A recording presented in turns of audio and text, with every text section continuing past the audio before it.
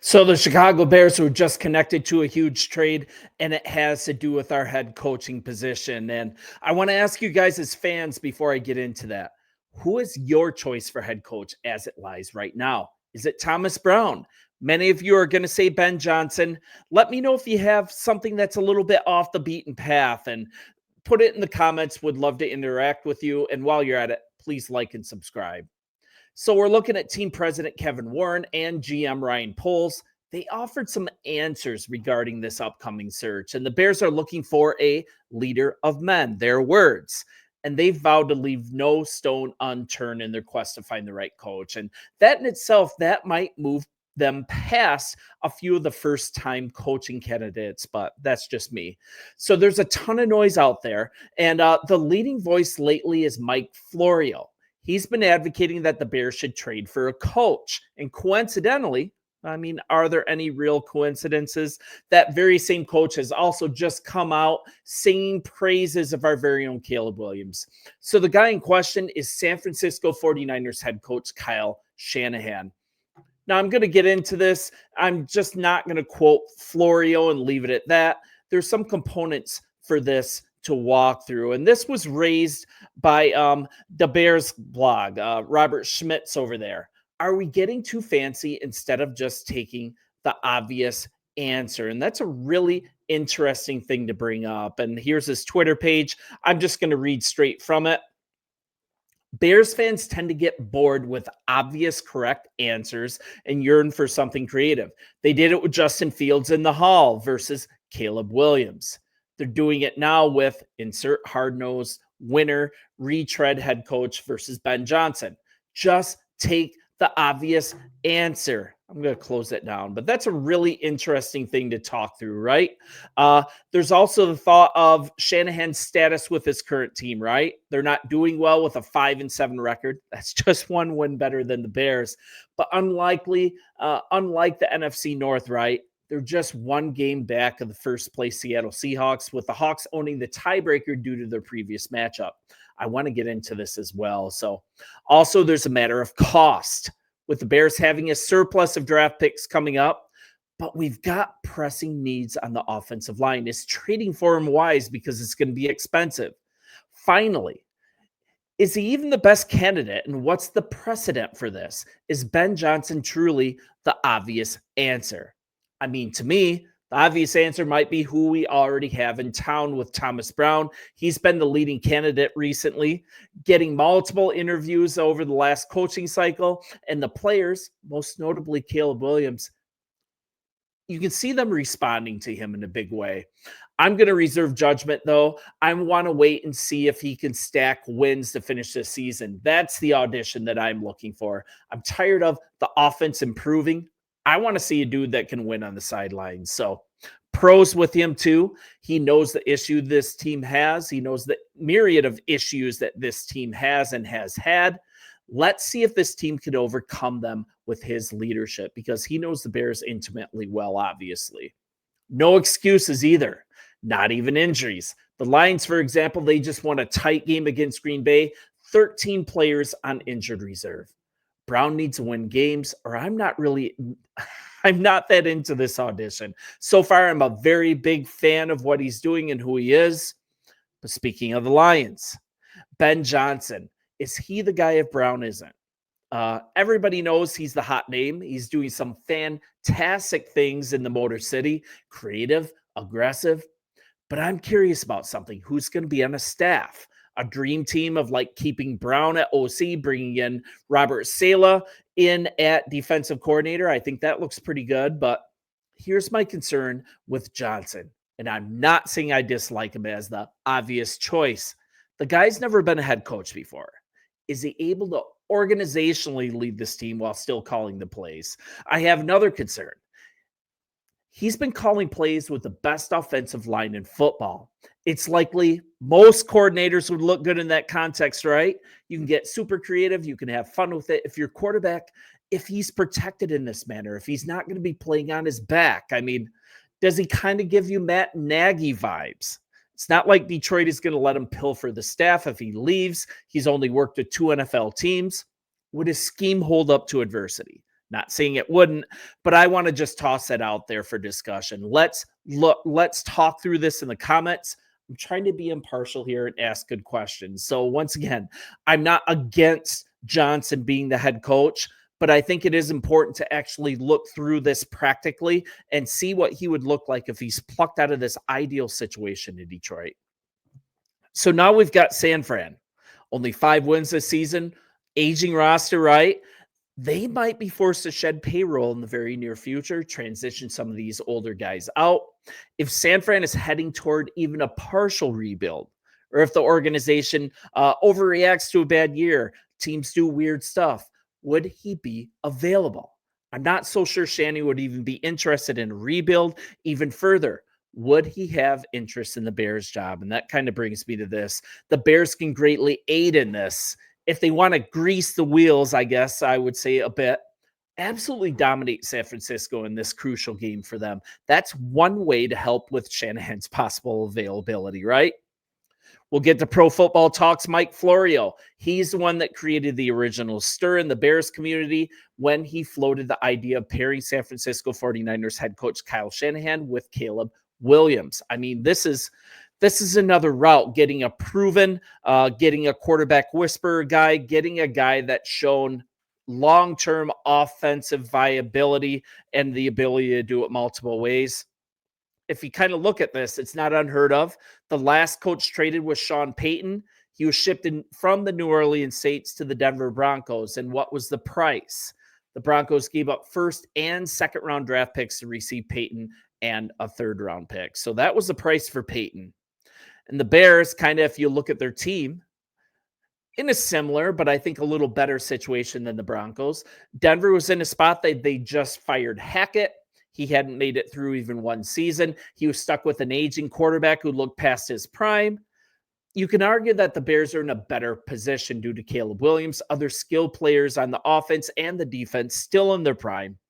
And it's also been noted that Shanahan, Sean McVay, for that matter, neither one of these guys are interested in rebuild. So if you're looking at trading for Shanahan, maybe you got to inquire about Sean McVay. I don't think that these are overly likely right now, but hey, why not swing for the fences if you're going to do this right? We're in a spot to fix this offensive line, though. That is my concern. We've got the draft capital to do it right. I do not love paying that cost for a head coach. But if this is the course that's taken, we've got $80 million in cap space for this upcoming year. We'd have to go to the route of free agency to fix this O-line. If you look at a similar build, if you look at kind of the example of the Detroit Lions, that's not the route they took. They did it via the draft for the most part, but you can ask the Denver Broncos, though, if they had it to do over again, would they still pay the price for Sean Payton? I'm sure the answer would be the price was absolutely worth it. Just kind of some food for thought here. And it just so happens that Kyle Shanahan, he just absolutely sang the praises of our rookie quarterback. So this is just recently this week when he was asked about his thoughts on Caleb Williams. He believes everything that Caleb Williams excelled at in college, it's fully translated over the pro level. And I'm just going to directly quote from him. As talented as there is, the stuff that you saw in college, you can see it in the NFL.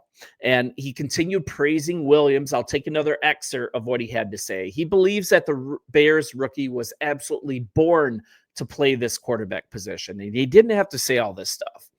A good of a thrower as there is, born to play the position, got the athletic ability to do whatever, got the speed to do whatever. He's gotten a lot of playing time too, and he's getting better as this year goes. I think he's getting a lot more consistent. I think he's playing the best ball here the last few weeks, and he's put the Bears in a chance to win here with the last few games. I mean, you got to think, is this regular coach speak? Is this normal? Or is this Shanahan in a way opening up a convo, right? Fueling the rumor that's going around that the Bears might come calling. And this rumor is getting some steam. It is getting out there because GM John Lynch of the San Francisco 49ers, he actually addressed it. And this is earlier this week after Mike Florio said what he said, after he made this suggestion that's being picked up by outlet after outlet. And this comes before these two teams meet. Florio's idea It's all over social media. It's on sports talk shows. And part of the 49ers general manager, John Lynch's job is to not pay attention to these kind of things. But he couldn't help it. He's noticed the Shanahan trade chatter, and he considers it comical. But it's kind of like when a head coach is getting fired, you get this dreaded endorsement from the GM. I'm not saying this is what's happening, but it's kind of interesting that Lynch actually addressed this. And this is what he had to say. I sit back and I try to be focused, but I found the whole discussion on Kyle and some of the stuff rather comical. We've won 4 of the last 5 division championships. We've been to 2 Super Bowls. Look, the standard here is to win championships, and we've fallen short of that. I understand, but we've got an excellent head coach.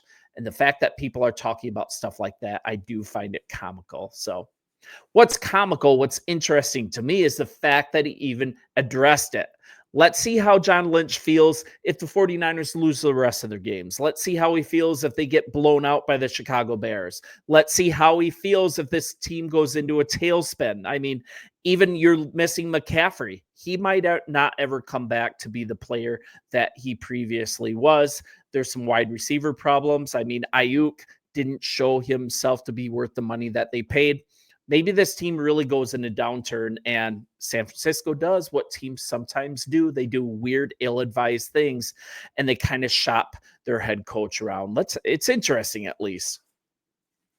Let's see what happens. I don't love the cost of getting him on our team, but if there's even a chance that he's interested, I think the Bears need to pursue it hard to see what the cost would be. But I totally get the argument that the cost is too high, that the offensive line is the number one priority. It would simply be a shift to, instead of addressing it in the draft, addressing it via free agency. And that comes with its own pitfalls. And it also is not good for long-term cap flexibility. Also, I'm not sure that it's fully GM Ryan Poles' style, but anything's possible if you can get a coach like this. Also, if you're considering Shanahan, that opens up some other coaches that you might want to consider trading for. I mean, we've talked about McVay. That's a pipe dream, right? If he's available, you got to do that. But then there's like a guy like Stefanski out of Cleveland. Kick the tires, see what he might demand as far as trade compensation, because he's done some incredible stuff with a guy like Joe Flacco still powering the team to the playoffs, and he's sidled with a couple really unavoidable years at their present quarterback. I hate even saying Deshaun Watson's name. They are stuck with him for 2 more years and on the hook for a crazy amount of cash. It could be possible that Stefanski wants out and the Bears could take advantage of that. So anyways, kind of looking at a rookie quarterback where he's at, there's been tons of discontent. There's been tons of change within the Bears coaching staff. And it's something that Caleb Williams has been familiar with, right, throughout his whole career. He's from DC, initially moved to Oklahoma to pursue college, but then he transferred, followed his coach to USC. That's where he became a Heisman Trophy winner. And as a pro, he's seeing change as well. Offensive coordinator Shane Waldron, right? He was canned after 9 games on November 12th. That saw the Bears just further embarrassment until the Thanksgiving game, and then Matt Eberflus is gone. So I'm just going to get to what Caleb had to say at close. And this, once again, this makes me very happy. This makes me really glad that he's a franchise quarterback, because I think he really walks what he talks. And this is what he had to say. I have to just believe. We have to just believe in each other, regardless of the amount of time we've gotten together, the amount of time that he's been able to call plays or scheme things together for us and things like that. We're not necessarily meant to be consistent for 365 days. So that's the battle I fight for myself, for my teammates and coaches and everybody. And Thomas Brown, he really moves the needle for me. I absolutely love what he's done for this team so far. And he is number 1 on the list for me. I think if he's not able to cut it, if he shows himself not to be the dude, I think we definitely have to pursue Ben Johnson. That's an absolute must. There are concerns anytime that you hire a first-time coach. We just happen to be able to give Brown a pretty long-term job interview, which is really comforting. I think that's a huge blessing. Outside of that, if you're going to cast a wide net, look at trading for a coach too. And it'd be interesting to see what the cost would be. So you guys let me know what you think in the comments. Bear down.